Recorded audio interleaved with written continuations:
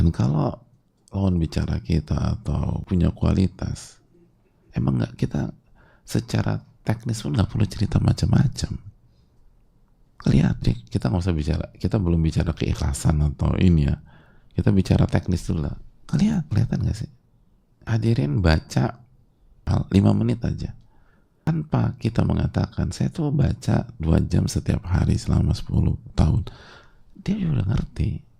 Dukun dia, bukan, dia bisa baca. Hadirin workout di gym gitu loh, rutin, dan terus jaga makan segala macam, tanpa harus bicara, orang bisa ngelihat postur tubuh segala macam, nggak usah itu nggak, orang ngerti, orang paham. Tapi kalau yang dihadapi, yang berhadapan kita nggak berkualitas gimana?